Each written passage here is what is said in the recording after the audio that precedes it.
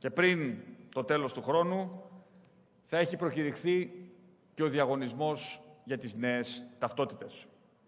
Δεν θα έχουν απλά μια φωτογραφία και μερικά στοιχεία κατόχου, αλλά θα ενσωματώνουν την πιο εξελιγμένη υποδομή με ψηφιακές υπογραφές, η οποία θα επιτρέπει τη λεγόμενη απομακρυσμένη ταυτοποίηση. Θα μπορούν έτσι οι πολίτες με ασφάλεια να έχουν πρόσβαση στις δημόσιες υπηρεσίες από το σπίτι τους ή από τη δουλειά τους. Και στους πρώτους μήνες του 2020 θα είναι επίσης διαθέσιμη σε πιλωτική εφαρμογή η ηλεκτρονική πύλη gov.gr, η κεντρική γέφυρα αλληλεπίδρασης του πολίτη με το κράτος.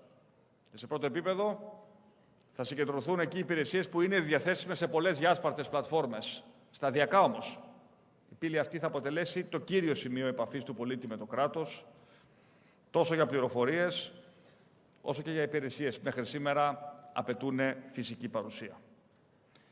Και στις αρχές του 2020 η κυβέρνηση θα παρουσιάσει την εθνική της στρατηγική για τα δίκτυα 5G με δημοπράτηση και του σχετικού φάσματος μέχρι το τέλος του 2020.